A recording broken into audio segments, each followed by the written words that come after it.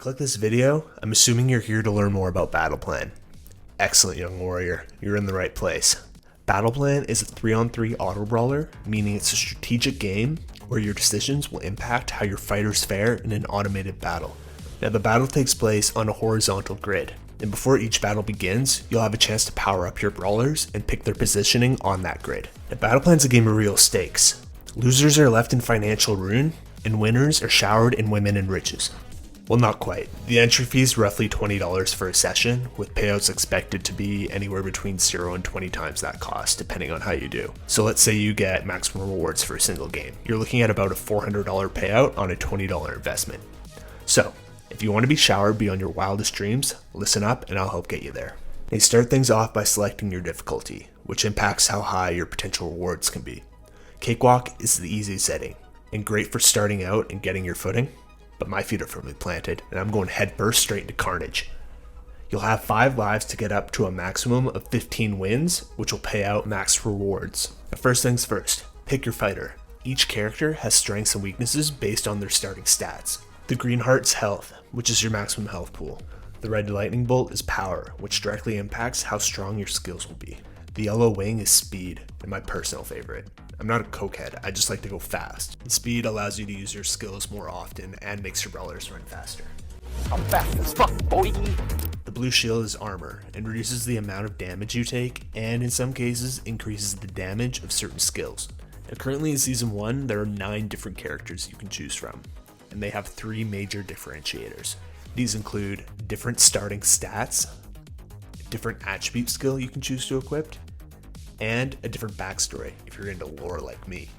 Now let's pick a character and assign them a loadout.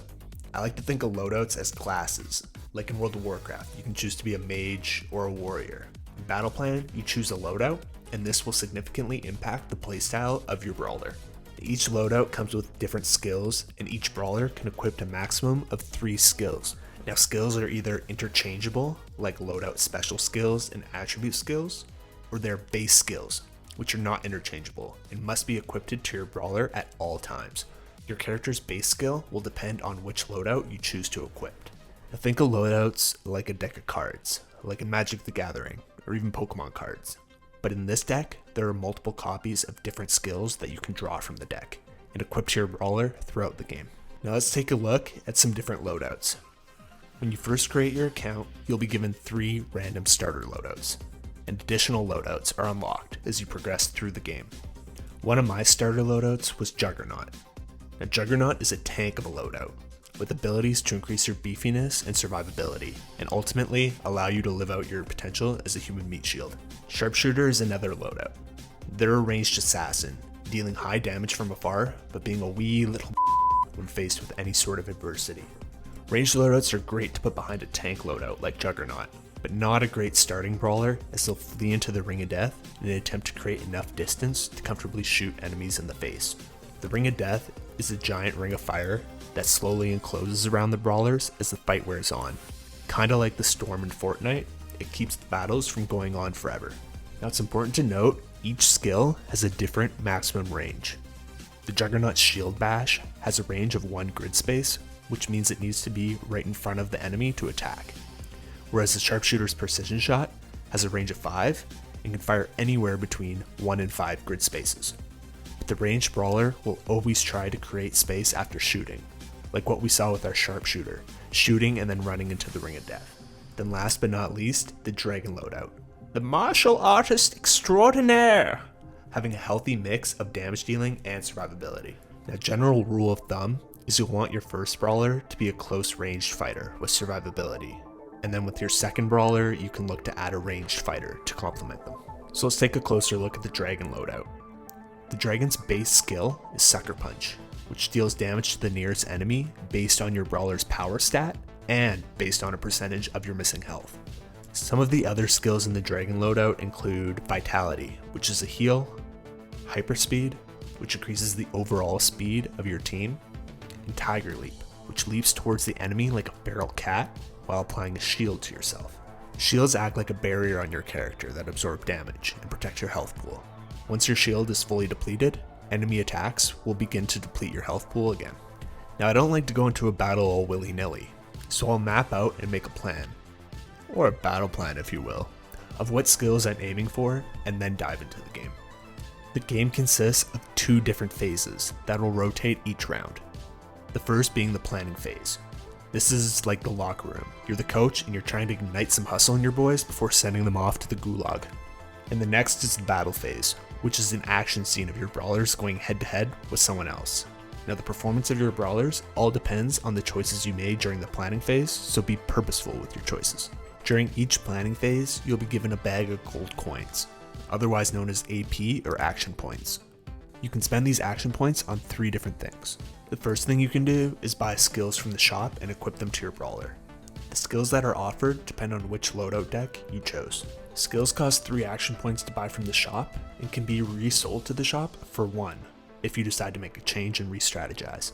Now if the skills offered in the shop aren't quite what you're looking for, you can reshuffle the shop for 1 AP. If you shuffle and find 3 of the same skill, you can upgrade its power and effectiveness. The leveled up version is denoted by 1 star, and if you collect 9 of the same skill, it's upgraded to a 2nd and final level. As you buy and search for multiple copies of the same skill in order to upgrade, extra copies can be kept in your inventory. But note your inventory has a max of 4 slots. Now it's important to know that there are only 12 versions of each skill in your loadout deck. So fishing for 9 of the same skill to get 2 stars can make or break your game. Because if you continue to spend 1 AP shuffling to find 9 of a kind, instead of consistently powering up your brawlers, you may fall behind the competition. This is a game of resource management, so don't get greedy, you little pig. Now the second thing you can spend AP on is leveling up your brawler. Generally I like to get 3 skills on my brawler before leveling them up, but this isn't a hard and fast rule. You can level up each brawler from level 1 to level 10. And each time you level up, you'll randomly be offered 2 of 4 different stats to upgrade.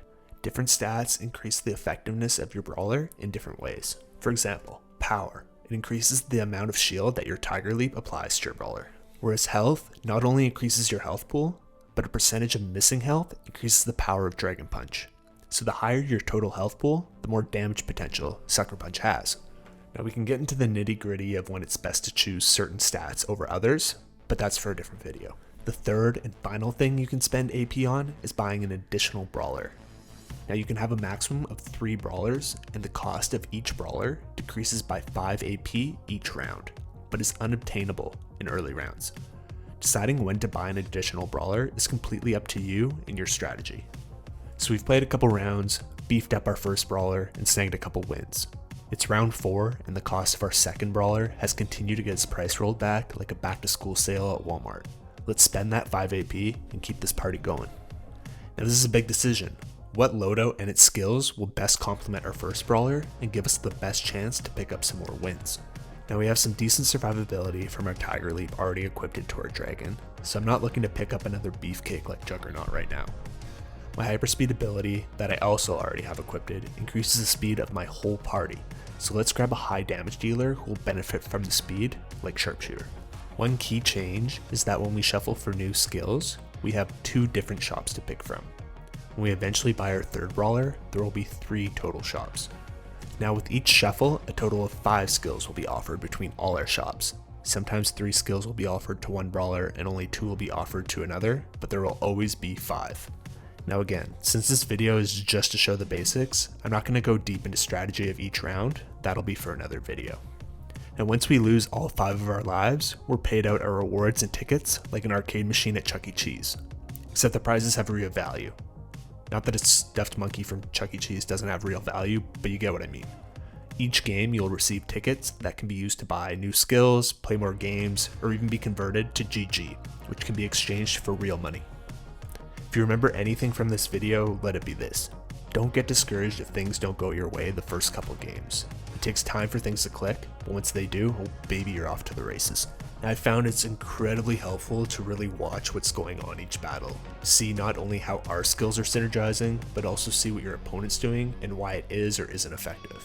The battlefield is constantly shifting. You'll notice certain builds or combinations of loadouts will gain more popularity and show up on the opposing end of the battlefield more and more often. Real success is found when you can identify these shifts in the meta and make builds that counter these popular builds. This will be a continual battle, as the meta is a living and breathing organism that will constantly shift. Now get out there on that battlefield and climb that leaderboard. Your claim to infinite riches and fame depends on it. Till next time, my friend.